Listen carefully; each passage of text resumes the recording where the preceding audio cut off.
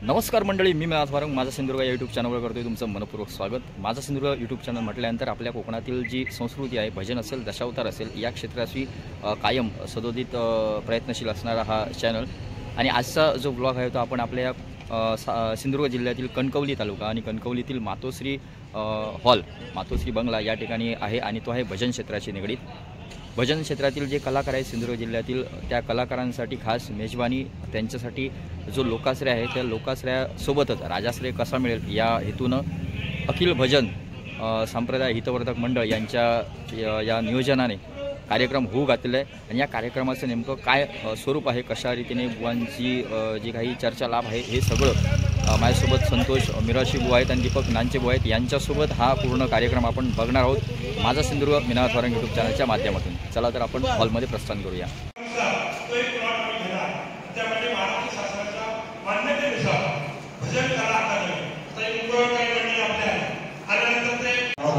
म्हणजे भजनाचे कॅसेट आता हे यूट्यूब सगळं झालं, व्हॉट्सअप झालं। आता विनोद चव्हाण वारी सोनवण्यात तरी तर आम्हाला सकाळी मॉर्निंग शिफ्ट लावताना रात्री 3ची वारी आम्हाला ऐकायला किंवा घर बसल्या पण आम्हाला सगळे कार्यक्रम बघायला मिळतात। तर त्या काळात तसं काही नव्हतं, तर त्या काळात काहीच नव्हतं, सोशल मीडिया नव्हतं, काही सगळ्या भोसरी भावनी केलं तेव्हा गुगल नव्हतं।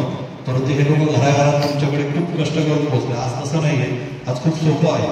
परंतु ही गोष्ट त्यावेळी त्यांच्या लक्षात आली की पुढे जाऊन आपल्या भजनासाठी काहीतरी केलं पाहिजे, म्हणून त्या लोकांनी त्या काळात ही संस्था एक संमेलन मुंबईपर्यंत केलं, बरोबर का? संमेलन पर्यंत 99 साली एक संमेलन झालं, शाळेत सांगायची गरज नाही, तर कॅलेंडर घेतलं तर एकत्र आपण संमेलनामध्ये भूमिकाने वाटचाल लिहिलेली आहे। आणि हे सांगण्याचा उद्देश हाच आहे की तुमच्या लक्षात येईल की ही संस्था जनरली असं वाटतं की 1924 म्हणजे आता स्थापन, असं प्रत्येकाला आपापल्या व्यापार राहिला आणि कोणाला काही नंतरच्या काळात असं वाटलंच नाही की आपल्याला काहीतरी ह्या संघटनेची गरज आहे किंवा काय आहे।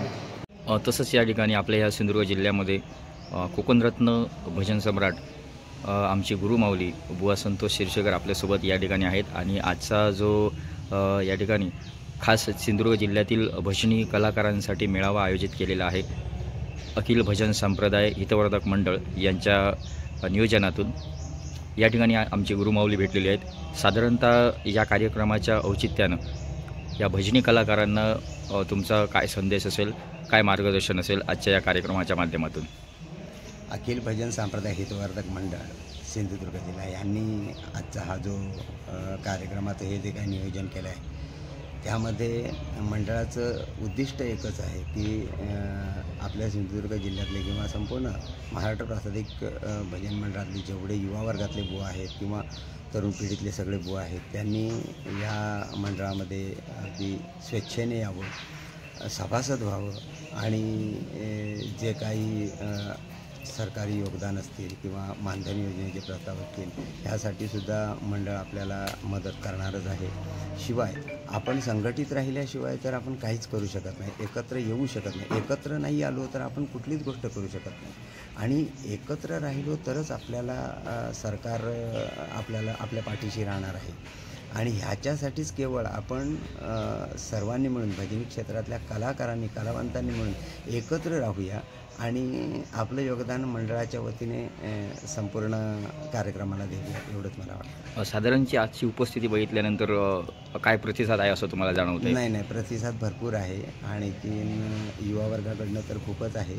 आणि भजन हा जो विषय आहे हे प्रत्येकजण आपापल्या पद्धतीने आपापल्या कलेने सादर करत असतो, त्याच्यामुळे हे होईल, पुढे काय प्रॉब्लेम येणार नाही निश्चितच। ओके, धन्यवाद। या ठिकाणी माझा सिंधुदुर्ग मिनाथ वारंग या यूट्यूब चॅनलच्या माध्यमातून आलात। या ठिकाणी आमची साक्षात गुरुमाऊली आज या ठिकाणी प्रकटलेली आहे। तुम्हाला तुमच्या भजन वाटचालीसाठी खूप खूप शुभेच्छा। धन्यवाद।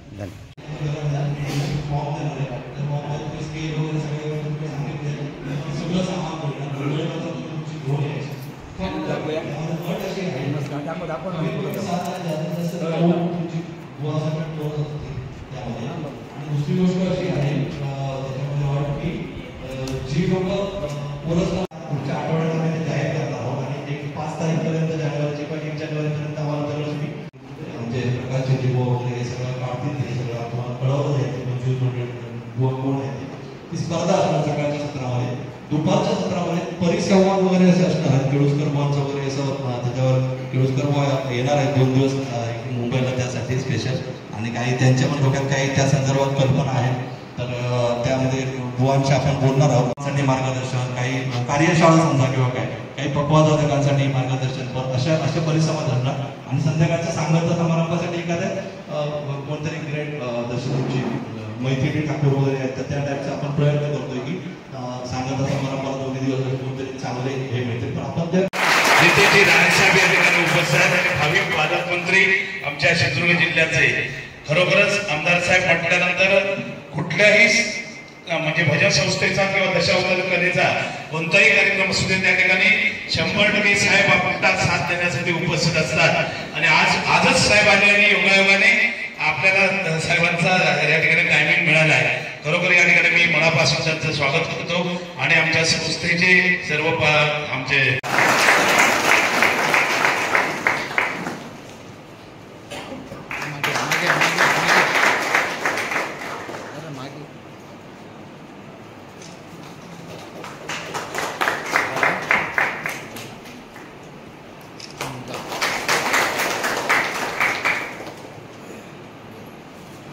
महाराष्ट्र राज्य आणि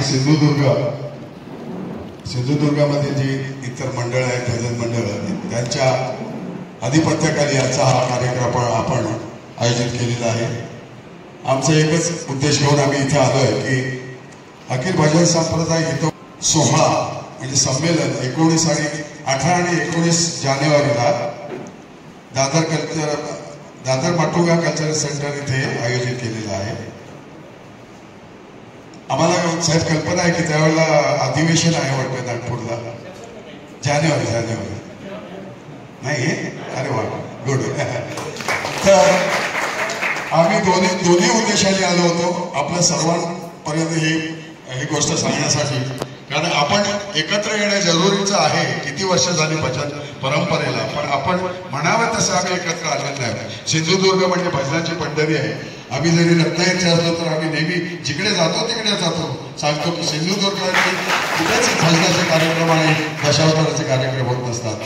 तर 18-19 जानेवारीसाठी हा जो कार्यक्रम आम्ही उपक्रम हातात घेतलेला आहे. आमच्या मंडळाच्या वतीने नेतेजी साहेबांना एकच विनंती राहील की या 2 दिवसामध्ये तुम्ही स्वतः तर असणारच, पण जे मंत्रीगण येऊ शकतात त्यांच्यासाठी आमच्यासाठी तुम्ही तिथे शब्द टाकावा. आम्ही रीतसर तुम्हाला निमंत्रित करूच आणि या उपक्रमाला आपण हातभार लावावा आर्थिक दृष्टीने पण, ही आम्ही आपल्याला विनंती करत आहोत. धन्यवाद. त्यावर उपस्थित असलेले सर्व प्रमुख मान्यवर, माझ्या पक्षातले माझे सहकारी, उपस्थित असलेले सर्व ज्येष्ठ आणि बंधू भगिनींनो आणि तरुण मित्रांनो, आज सकाळी आमच्या कानडीजीने या कार्यक्रमाचा अंदाज मला दिला आणि 10 तारखेला एका पक्षीय कार्यक्रमाच्या निमित्ताने आम्ही सगळेजण भेटलोच होतो. आणि कानडीजींनी सांगितलं की असे आपण सगळेजण भेटणार आहात, तर आपण आवर्जून तिथे यावं असा त्यांनी आग्रह केला. आणि आज इथे आल्यानंतर मला निश्चित पद्धतीने समाधान वाटतं की आपण एवढ्या मोठ्या प्रमाणामध्ये इथे जमलेला आहात आणि येणाऱ्या ज्या 18 आणि 19 तारखेच्या नियोजनाच्या निमित्ताने इथे जमत आहात. राज्यस्तरीयवरून सगळे मान्यवरही इथे आलेले आहेत आणि आपण जे अपेक्षा आमच्याकडून व्यक्त करत आहे की आता हे महायुतीचं सरकार आपल्या राज्यामध्ये बसलेलं आहे आणि हे सरकार हे आपल्या सगळ्यांचं हक्काचं सरकार आहे आणि आपण ठेवलेल्या प्रत्येक अपेक्षा पूर्ण करणारं हे सरकार तुम्हाला मी या निमित्ताने मी तुम्हाला देतो.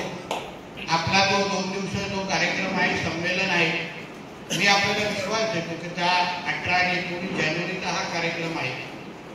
मी आपल्याला एक विनंती करेन, कानडीजींना सांगेन, कारकर बुवांना सांगेन, आपण हे जे प्रमुख मंडळींना घेऊन नागपूरच्या अधिवेशनाच्या काळात अगर आलात आमंत्रण घेऊन, तर मी स्वतः आपल्याला मुख्यमंत्री आणि दोन्ही DCM मध्ये मी स्वतः घेऊन जाईन, सांस्कृतिक मंत्र्यांकडे घेऊन जाईल.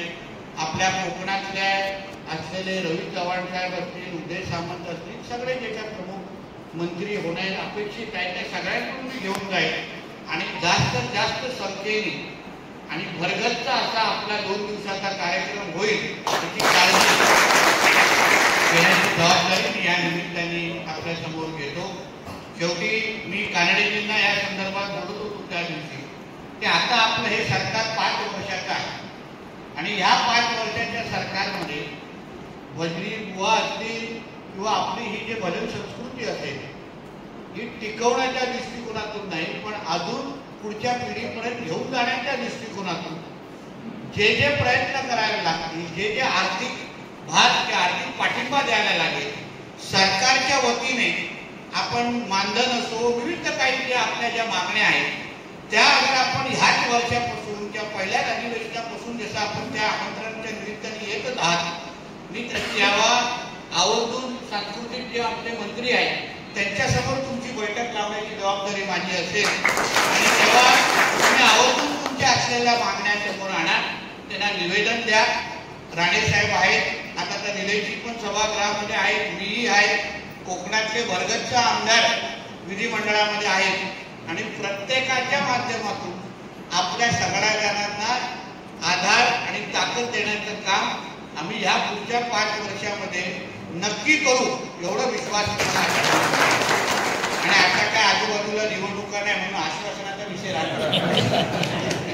निवडणुका नसताना केलेलं हे भाषण हे लक्षात ठेवा रेकॉर्ड पण असतो म्हणून त्याची चिंता करू नका. आणि शेवटी आमच्याकडे घरातले सगळे सहकारी या भजन याच्यामध्ये आहे, भजनी बुवा आहे, राणेसाहेबांबरोबर 90 पासून असलेले सगळे आमचे सहकारी या क्षेत्रात आहेत. आमच्या कुटुंबावर प्रेम करणारे आपण बहुतेक लोक इथे आहेत म्हणून आपल्या सगळ्यांना आधार देणं हे सन्मान्य राणेसाहेबांना नेहमी अपेक्षित असेल त्या पद्धतीचा पाठिंबा आणि ताकद हे मी आमच्या माध्यमातून निश्चित पद्धतीने देऊ एवढा विश्वास तुम्हाला आजच्या निमित्ताने देतो. अजूनही जी अपेक्षा आर्थिकच्या दृष्टिकोनातून आपण व्यक्त केलेली आहे मी कानडेजींची आणि आमच्या सगळ्या सहकाऱ्यांची चर्चा करून तोही हातभार राणेसाहेबांच्या माध्यमातून कसा लागेल यावर पण आम्ही निश्चित पद्धतीने सकारात्मक पद्धतीने आपल्याबरोबर उभं राहू. परत एकदा आपण मला इकडे बोलवलं, माझा आदर सत्कार केला यासाठी मी मनापासून आपले आभार मानतो. एक फक्त नक्की जाता सांगेन की आपण आग्रह जास्तीत जास्त धरला पाहिजे. आपण कोण काय आपला उपकार करत नाही, सरकार तर निश्चित पद्धतीने करत नाही. जसं अन्य लोककला आपल्या आपल्या पद्धतीने आग्रह धरून जास्तीत जास्त पदरात मिळवून घेतं तसं आपण पण मागे राहू नका. नाहीतर काय राहतं, नाहीतर मला नेहमी आता मी सभागृहामध्ये गेली 10 वर्ष आहे मी नेहमी पाहतो की बाकीच्या म्हणजे मराठवाडा असो, पश्चिम महाराष्ट्र असो, विदर्भ असो, इकडचे जे लोककला ते नेहमी सातत्याने सरकारच्या मानेवर बसलेले असतात आणि मग सरकारला काय वाटतं की नाही कोकणात सगळं आलेलं आहे, नाही तर ते शेतकरी आत्महत्या करत नाही, इथे काय काय मागत नाही, पण काय मागतच नाही. पण ते जेवढं आपल्याला ऐकायला चांगलं वाटतं ते आपल्याला नुकसान देणारं पण आहे. कारण का भौगोलिक दृष्टिकोनातून असेल प्रत्येक बाबतीमध्ये कोकण वेगळं आहे आणि वेगळं असल्यामुळे आपल्याही मागण्या आहे, आपल्याही गरजा आहे. आपण मागत नाही किंवा सरकारपर्यंत आक्रमक पद्धतीने पोहोचत नाही म्हणजे आपले प्रश्न नाही असं नाही. आता मी आवर्जून आमच्या कानडेजींचं कलाकार मानधन समितीचे ते अध्यक्ष झालेले आहेत. कधी नाही तर आम्हाला कळलं काय कलाकार मानधन समितीचा अध्यक्ष हा जिल्ह्यामध्ये काम करतो आणि अशा आणि नुसतं फक्त पद मिळवलं नाही पण त्या पदाच्या माध्यमातून आज प्रत्येक तालुक्यामधल्या कलाकारांना खऱ्या अर्थाने ताकद आणि ओळख देण्याचं काम हे आमच्या कानडेजींनी केलेलं आहे. समितीमध्ये आमचे रिते सगळे आहेत पण आता ही जी काही टीम आहे ना ती आम्हाला अभिमान वाटण्यासारखी टीम आहे की जेणेकरून आम्ही जेव्हा पक्षपातीवर काम करत असताना त्यांच्या माध्यमातून होणारं काम आणि त्यांच्या माध्यमातून मिळणारी ओळख आणि ताकद ही निश्चित पद्धतीने त्या कलाकाराला निश्चित पद्धतीने आधार देणारी आहे एवढं मानणारा टीम आहे. म्हणून आता ही पुढची 5 वर्ष तुम्ही गप्प बसू नका. तुमच्या हक्काची माणसं सरकारमध्ये आहे. तुम्ही आत्ता नाही मागणार तर कधी मागणार या भूमिकेची तुम्ही राहा. आणि नुसतं थोडं थोडं मागू नका. एवढं काय आता आम्ही हाऊस ना भरभरून देणार, काय चिंता करता, काय चिंता करता. तुम्ही जास्त मागून तरी बघा, आम्हालाही घाम निघाला पाहिजे तर आज नाही एवढं तर काहीतरी मुंगीसारखं मागायचं. आम्हाला सर हे काय, आपण तुम्हाला माहिती आहे आपलं वजन केवढं आहे मंत्रालय आणि विधिमंडळामध्ये, आणि आता एक नाही 3 राणे आहेत. विचार करा सरकारचा किती दबाव असेल, विचार करा. तुम्ही ह्याचा फायदा, संधीचा फायदा निश्चित पद्धतीने घ्यावं असं मानणारा मी आहे. तुमच्या पिढी ज्यांना भजन संस्कृतीमध्ये या क्षेत्रामध्ये यायचं आहे त्यांना वाटलं पाहिजे की ह्या क्षेत्रामध्ये गेल्यानंतर आम्हाला निश्चित पद्धतीने ओळख तर मिळते, पण सरकारच्या माध्यमातून ताकद पण मिळते असं वाटलं पाहिजे.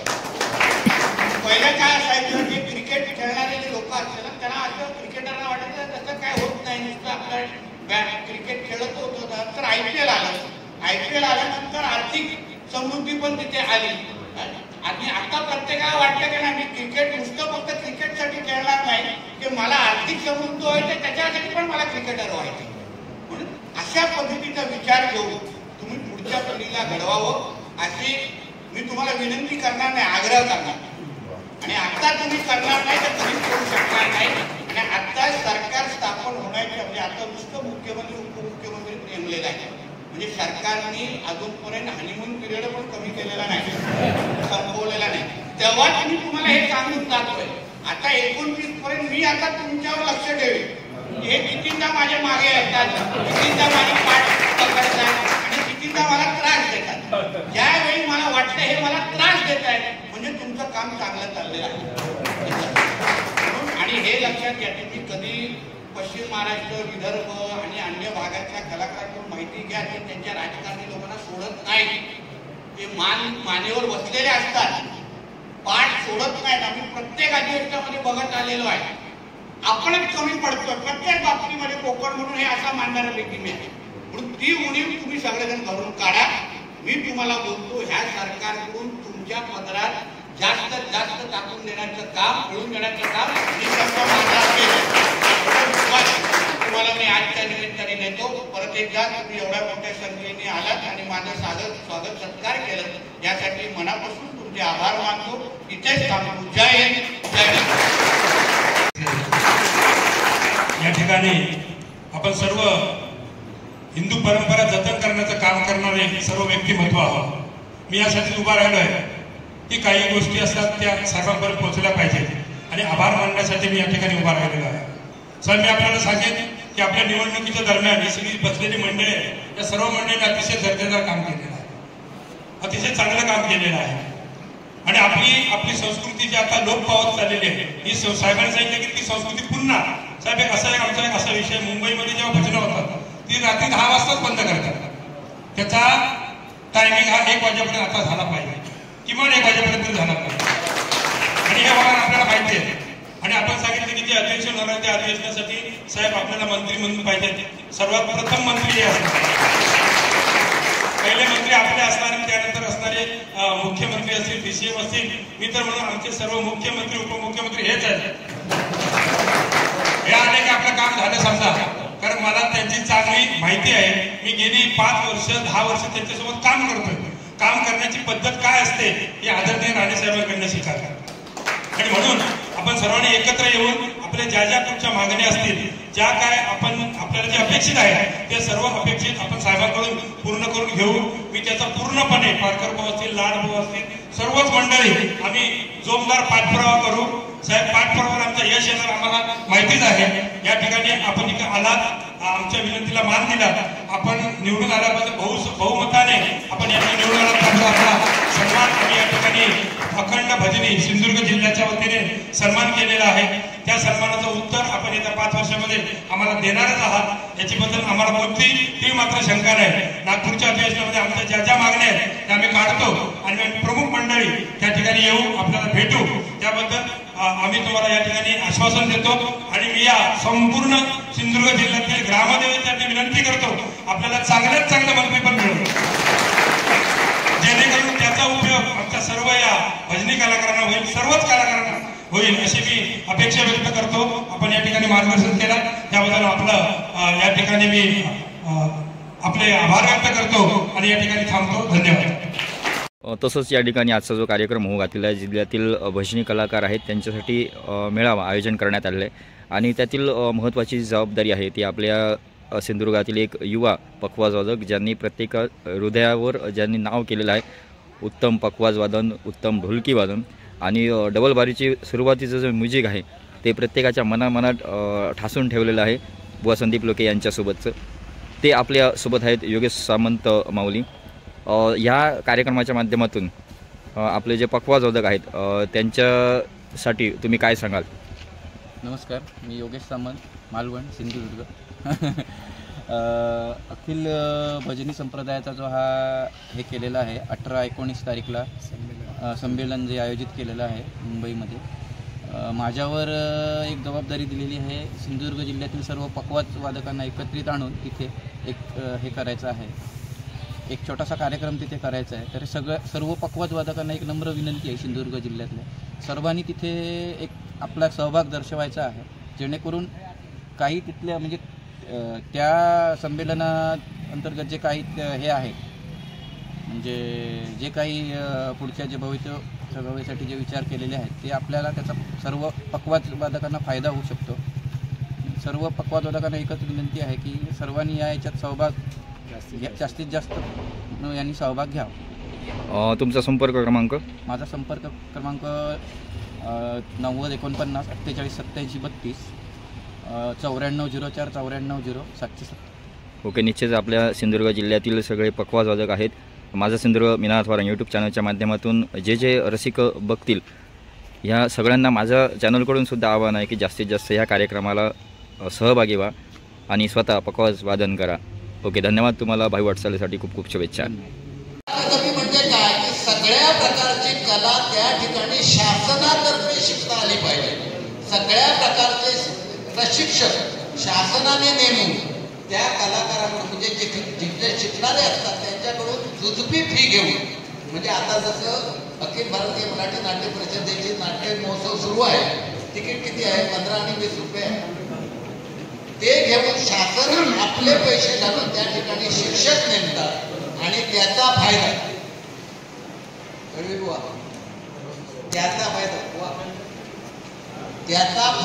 सगळ्या लोकांना व्हायला पाहिजे, म्हणजे शिकणाऱ्याला.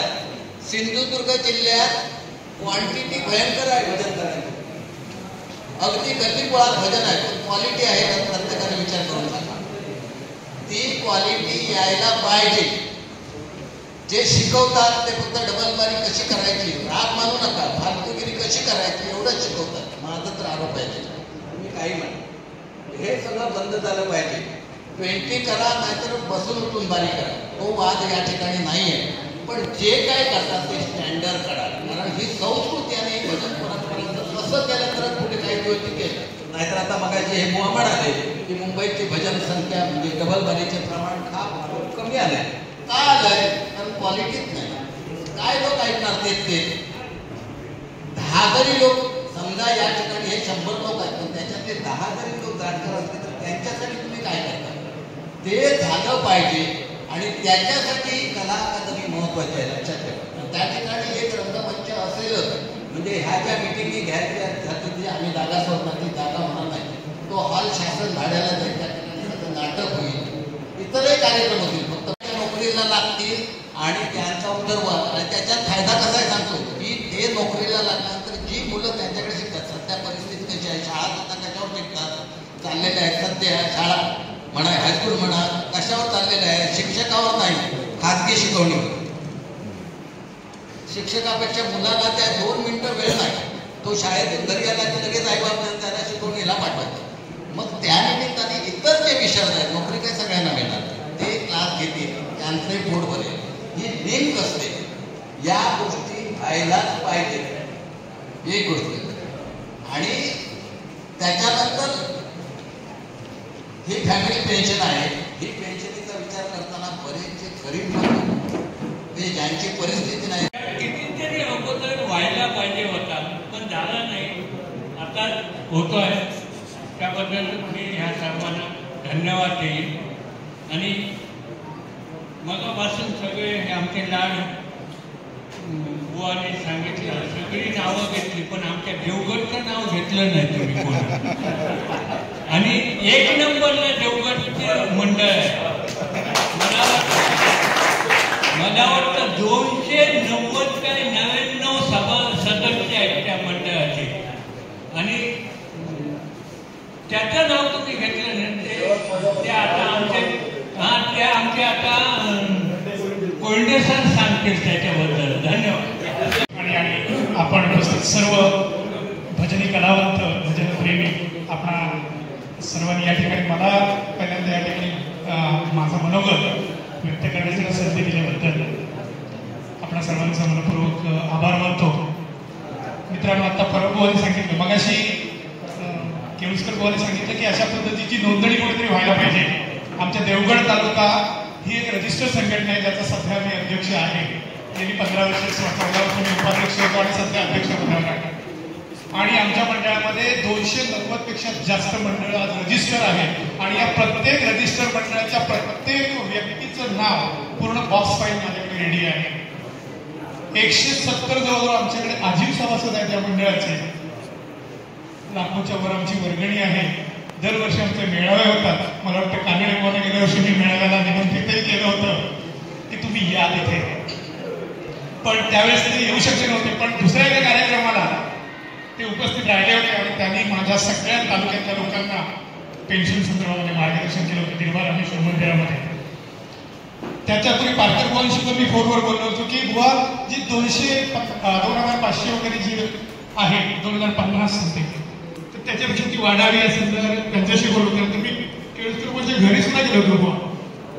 भर दुपारी मी त्याला भेटायला गेलो होतो काही कामासाठी गेल्यानंतर की बुवा त्याच्यामध्ये आपल्याला कुठेतरी सुधार. कारण माझ्याकडे मागणी मिळते की सर हे थोडंसं वाढलं तर बरं होईल. योगाला 5000 झालं तुम्हाला सर्वांचं, तर मनपूर्वक मी आभार व्यक्त करतो. आणि या ठिकाणी उपस्थित राहिल्याबद्दल आम्ही अखिल भजन संप्रदाय हितवर्धक मंडळ यांच्या वतीने आपलं सर्वांचं स्वागत करतो. सगळ्या काही गोष्टी सांगून झालेल्या आहेत. आमचे कानडे साहेब, पारकर बुवा या लोकांनी सर्व काही सांगितलेलं आहे. मग जो एक थोडासाच विषय घेतलेला आहे की कोरसवाल्यांना देखील मानधन मिळालं पाहिजे, तर हा विषय देखील आमच्या अखिल भजन संप्रदाय मंडळाने मुंबईमध्ये त्याच्या अगोदरच घेऊन ठेवलेला आहे की कोरसवाल्यांना देखील मानधन मिळालं पाहिजे. हा आम्ही त्याच वेळी विचार केला आहे आणि त्याची सांगता आहे. आणि आता कानडे बुवांनी सांगितलेलं आहे, खरोखर आपल्याला कानडे बुवांसारखे चांगले आपलं पाठबळ मिळालेलं आहे, राणे साहेबांसारखेच. आपण ह्याचा नक्कीच फायदा घेऊन पुढे जाऊया. आपण सर्व या ठिकाणी जमले, सर्वांना मी धन्यवाद देऊन माझं भाषण पूर्ण करतो. जय हिंद, जय भारत.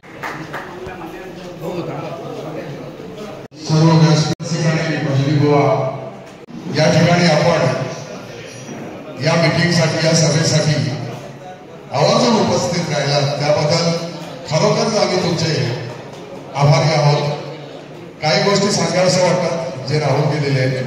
मगाशी संमेलनाच्या तारीखबद्दल चर्चा झाली, पण जे आम्ही डिसेंबरमध्ये या तारीख डिक्लेअर केली होती, मागच्या ज्या वेळेला आचारसंहिता चालू होती, तर आम्ही जवळजवळ 50-60 रुपये 2 दिवसाचे भाडे तिथे भरलेलं आहे, 50-60 हजार रुपये.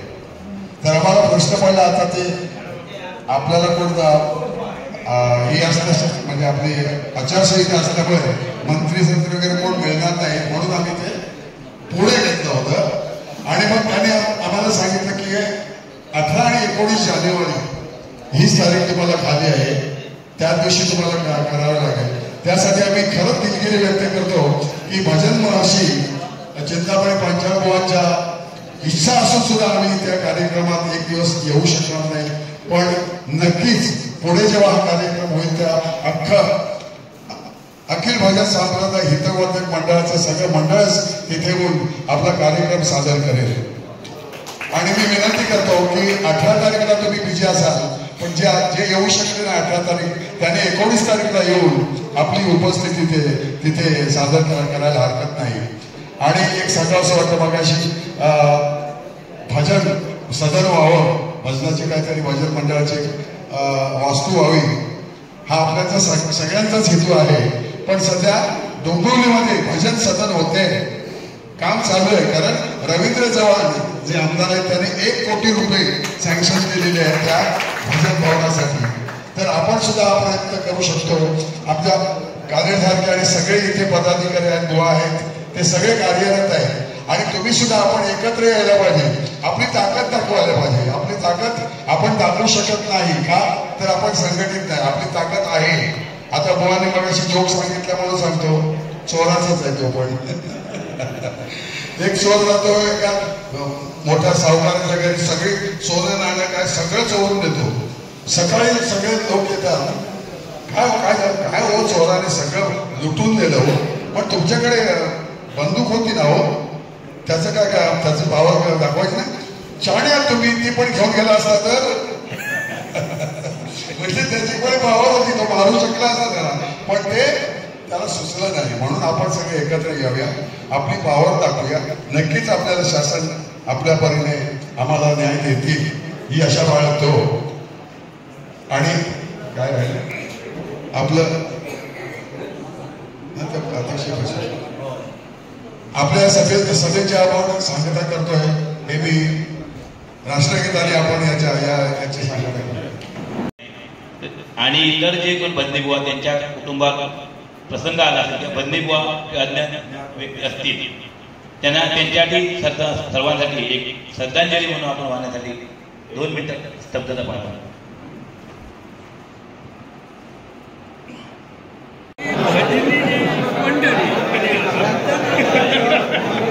अशा प्रकारचे विविध जे मेळावे वगैरे होत असतात, त्या माध्यमातून आपापले बुवा आहेत ते आपापली मतं आहेत ती एकमेकांशी शेअर करू शकतात.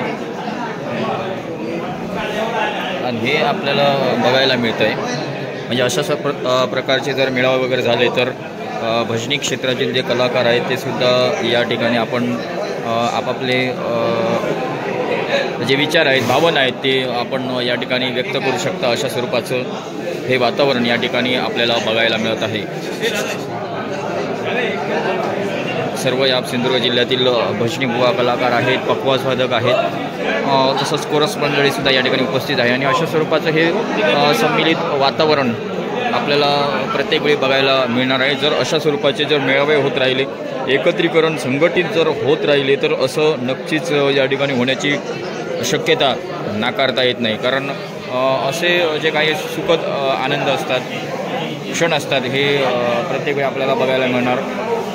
आणि ही आपली जी भजन परंपरा आहे, संस्कृती आहे, हिंदू संस्कृतीचा खरा प्रचारक म्हटला होता तो भजन आणि दशावतार, हे सगळं अशा माध्यमातून आपल्याला बघायला मिळणार आहे. आताच कार्यक्रमाची सांगता झालेली आहे. काही वेळातच सर्वजण भोजनासाठी प्रस्थान करणार आहेत.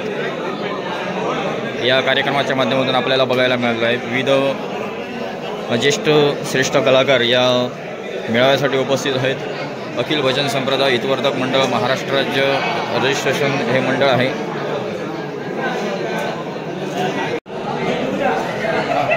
कॅलेंडर माझ्या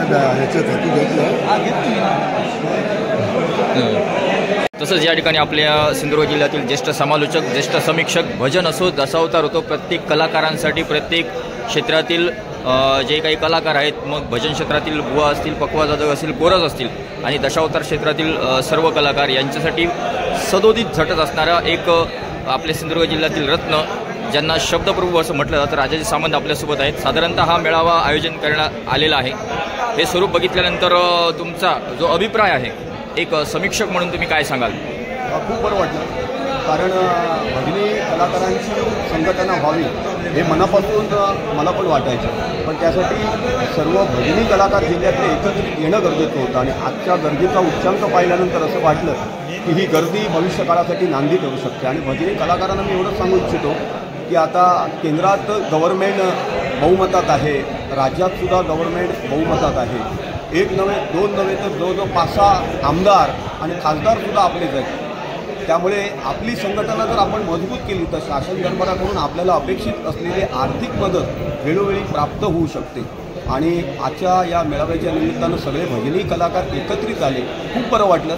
कारण शासन दरबारी आपण दरवाजे ठोठावतो, तर ही संघटना जर एकसंघ झाली तर आपल्याला अपेक्षित असलेला राजश्रय प्राप्त होऊ शकतो. कारण आतापर्यंत ही कला फक्त आणि फक्त लोकाश्रयावरती जिवंत होती, पण भविष्यकाळात अपेक्षित असलेला राजाश्रय आपल्याला प्राप्त होऊ शकतो. त्यासाठी ही संघटना होणं गरजेचं आणि ती संघटना व्हावी या तन्मयतेनं सर्व कलाकार एकत्रित आले हे पाहून फार बरं वाटलं. भविष्य काळासाठी ही नांदी ठरू शकते. धन्यवाद. ओके, निश्चितच हा जो काही लोकाश्रय आहे या भजन किंवा दशावतार कलेला मिळालेला आहे आणि राजाश्रय मिळण्यासाठी आता म्हणजे यशाची आपण म्हणतो की 8 ते 9 पायऱ्या चढतो आणि शेवटची एक 10वी पायरी जी आहे ती आता आपल्याला चढायची आहे आणि ती पायरी चढल्यानंतर निश्चितच राजाश्रय मिळेल असं आपल्या सिंधुदुर्गातील राजा अर्थात राजाचे सामंत सांगतायत. खूप खूप धन्यवाद. माझा सिंधुदुर्ग यूट्यूब चॅनलच्या माध्यमातून तुम्ही आलात त्याबद्दल आभारी. तसंच आपल्यासोबत या पूर्ण भजन क्षेत्रातील भजनरत्न भजन सम्राट ज्यांनी कोकण कलाभूषण चंद्रकांत कदमबुवा यांचा वारसा खूप छानरित्या शिष्यांच्या माध्यमातून हा चालवण्याचा प्रयत्न केला आहे असे गुरुमाऊली भगवानजी लोकरेबुवा आपल्यासोबत आहेत. आजचा हा भजन जिल्ह्यातील भजन कलाकारांसाठी मेळावा जो आयोजन केलेला आहे जास्तीत जास्त कलाकार एकत्रित यावेत या हेतूनं केलेला आहे. साधारणतः हा उपक्रम जो आहे मेळावा आहे याचं स्वरूप आणि तुमची ध्येय उद्दिष्टे कशा स्वरूपाची आहेत ह्या संघटनेच्या माध्यमातून काय सांगाल? अखिल भजन संप्रदाय हितवर्धक मंडळ महाराष्ट्र राज्य या मंडळाच्या वतीने आज आम्ही कणकवली येथे कणकवली तालुका भजन संप्रदाय मंडळाच्या आधिपत्याखाली या हॉलमध्ये आम्ही एक सभा आयोजित केलेली होती. त्या सभेसाठी सर्व वयस्कर बुजुर्ग भजनीबुवा मृदंगमणी कोरस अशा प्रकारे सर्व बुवांची उपस्थिती लाभली. आम्ही 18 जानेवारी आणि 19 जानेवारीला जे महासंमेलन भारत पातळीवरती भरणार आहोत त्याची मांडणी आणि त्याचा उद्देश काय हे आम्ही या मंडळाला इथे येऊन सांगण्याचा प्रयत्न केला. सर्वांचा अतिशय चांगला प्रतिसाद मिळाला. सगळ्यांनी मान्य केलं की असं संमेलन व्हायला पाहिजे आणि महाराष्ट्र गव्हर्नमेंट किंवा केंद्रातील गव्हर्नमेंटकडे आपली एकजूट दिसली पाहिजे आणि आपल्याला जे भजनच्या माध्यमातून काही साध्य करायचं आहे कलाकारांसाठी मानधन म्हणा की इतके जो पुरस्कार आहेत ते जर आपल्याला हवं असतील त्यासाठी आपण एकजूट असायला पाहिजे. महाराष्ट्र गव्हर्नमेंट किंवा सेंट्रल गव्हर्नमेंटकडे आपण त्याच्यासाठी पाठपुरावा केला पाहिजे. त्यासाठी आपली एकी जरुरी आहे आणि आपण एक येऊन हे साध्य करूया हे आम्ही या ठिकाणी सर्वांनी येऊन सांगितलेलं आहे आणि सर्वांनी ते मान्य केलं आहे. आम्ही आशावादी आहोत, पण पुढचे दिवस आपल्या कलाकाराचे भजनी कलाकाराचे नक्कीच चांगले येतील, त्यांना योग्य ते न्याय मिळेल. ओके, निश्चितच लोकाश्रय ह्या भजन क्षेत्राला दशावतार क्षेत्राला आहे आणि आज राजाश्रय घेण्याची वेळ आलेली आहे. निश्चितच राजाश्रय मिळेल याची आशा ज्येष्ठ भजनीबुवा अर्थात या संघटनेचे अध्यक्ष कोकण भूषण भगवानजी लोकरे बुवा या ठिकाणी करतायत. माझा सिंधुदुर्ग मिनाथवार यूट्यूब चॅनलच्या माध्यमातून तुम्ही या रसिकांपर्यंत पोहोचण्यासाठी जे काही मार्गदर्शन केलं त्यासाठी खूप खूप धन्यवाद आणि तुमच्या भावी वाटचालीसाठी सुद्धा चॅनलकडून खूप खूप शुभेच्छा. धन्यवाद. तसंच आपल्यासोबत भजनीबुवा मानगावचे दीपक नांचेबुवा आपल्यासोबत आहेत. साधारणतः हा मेळावा बघितल्यानंतर प्रतिसाद आणि कसा वाटला आहे काय सांगाल? प्रतिसाद कसा आहे भजनी क्षेत्रातील कलाकारांचा? मेळाव्यावरून असं दिसतंय की इथून पुढे भजनी बुवा आणि भजनी मंडळांचे आर्थिकदृष्ट्या चांगले दिवस येतील असं मला वाटतं. धन्यवाद. ओके, आपल्यासोबत या कार्यक्रमाला आल्यानंतर ज्येष्ठ पखवाजक ज्यांचं नाव या पूर्ण भजनसृष्टीमध्ये आहेत माऊली सावंत त्यांचे बंधुराज आपल्यासोबत आहेत. नाव तुमचं? प्रदीप सावंत आपल्यासोबत आहेत. आजचा जो कार्यक्रम आहे तो साधारणतः कसा वाटला आणि हा प्रतिसाद बघून काय सांगाल तुम्ही? खरोखर अखिल भजन संप्रदाय हितवर्धक मंडळ जे आहे या मंडळाचा मी सदस्य आहे आणि जो लाईफ मेंबर म्हणतात तो आहे सदस्य असल्यामुळे और जुना जाणता पखवाजवादक असल्यामुळे इकडे ज्या कार्यक्रमासाठी आणि जो 18 आणि 19 तारखेला कार्यक्रम होणार आहे त्या कार्यक्रमामध्ये यांचा सहभाग कसा असेल ते आज आम्हाला खूप दिसण्यात आलं.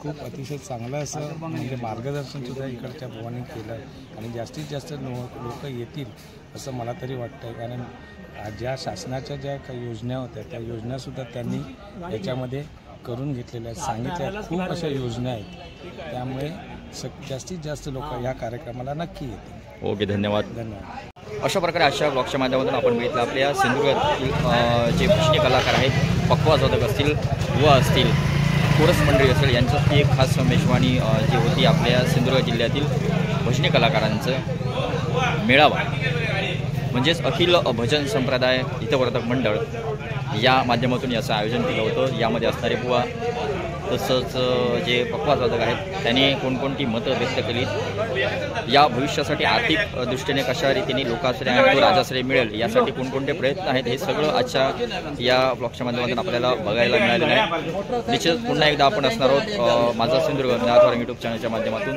तोपर्यंत रामकृष्ण हरी.